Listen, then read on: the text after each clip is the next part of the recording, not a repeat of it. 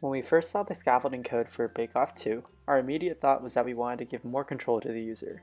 In the baseline code, it was very difficult to have to click the buttons every single time when we wanted to make a little change, so we wanted to allow the user to have autonomy of the mouse themselves. We had two main ideas we wanted to build on.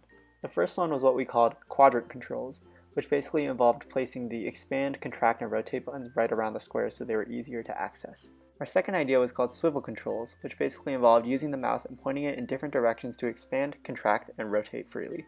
We saw promise and potential in both of these ideas, so for our first round of prototyping, we decided to code a baseline version of each idea in order to test them on users. We tested prototypes 1 and 2 on 3 family members each over spring break. Our average time before penalties was 19.6 seconds, but post penalties, we ended up with an average time of 25.6 seconds. We had a bug in our code that was causing the squares not to register correctly, which is why we had so many errors, but we fixed that later on. In terms of general feedback that we got, a few main feedback points were that when you click on the white circle in the center, the square doesn't always align fully. Secondly, the hovering mechanism we had for each quadrant was way too sensitive. Our numbers for prototype 2A were similarly poor. Pre-penalties, our time overall was 17.7 seconds, but again, with our coding bug, we had 12 errors, leading to a 23.7 average time. The feedback we got for idea 2 was generally more positive.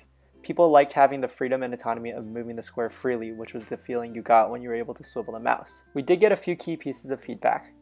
For one, the control mechanism in terms of how to actually submit the square was faulty. In addition, the size and angle changes tend to be a little too fast, which caused people to overshoot the goal. Further, at times, when the square needed to be contracted significantly or expanded significantly, the mouse had to actually go off the screen in order to get to the correct size. Finally, we observed that having the mouse in the bottom right corner of the square made it difficult for users to lock onto the center when it came time to rotate and expand. This led to our first refinement. For prototype 1, we made it so that instead of having to hover over the different quadrants, you could actually click on them, which made it easier to interact with them. And for the swivel controls, we made it so that the mouse was now centered on the square, so it was easier to lock in place. And we also refined the control mechanism so it was easier to get the correct angle and size. Finally, we fixed the error confirmation, so now when the square was correctly sized and oriented, it would turn green to signal that you were ready to submit. At this time, we had to move everything online due to the coronavirus outbreak, so it became much harder to find users to test on. However, we were still able to find 2 users to test on, and we got average times that were much faster because we had now fixed the green confirmation square. The average time for these users was 7.89 seconds, with an average of only 0.5 errors per round.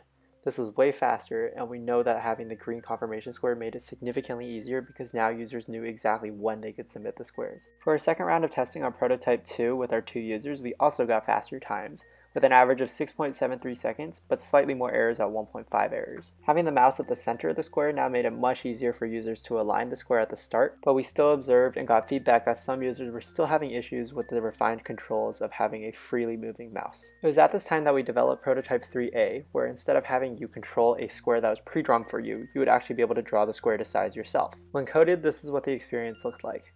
A user could drag from point A to point B, creating a square of that size, before using the quadrant controls we originally had to tweak the square's size as well as controlling the angle. Then, they could submit it once the square turned green. We found that this action of being able to draw the square to size yourself made it much faster for users, and we got an average time of 5.54 seconds with 0 errors.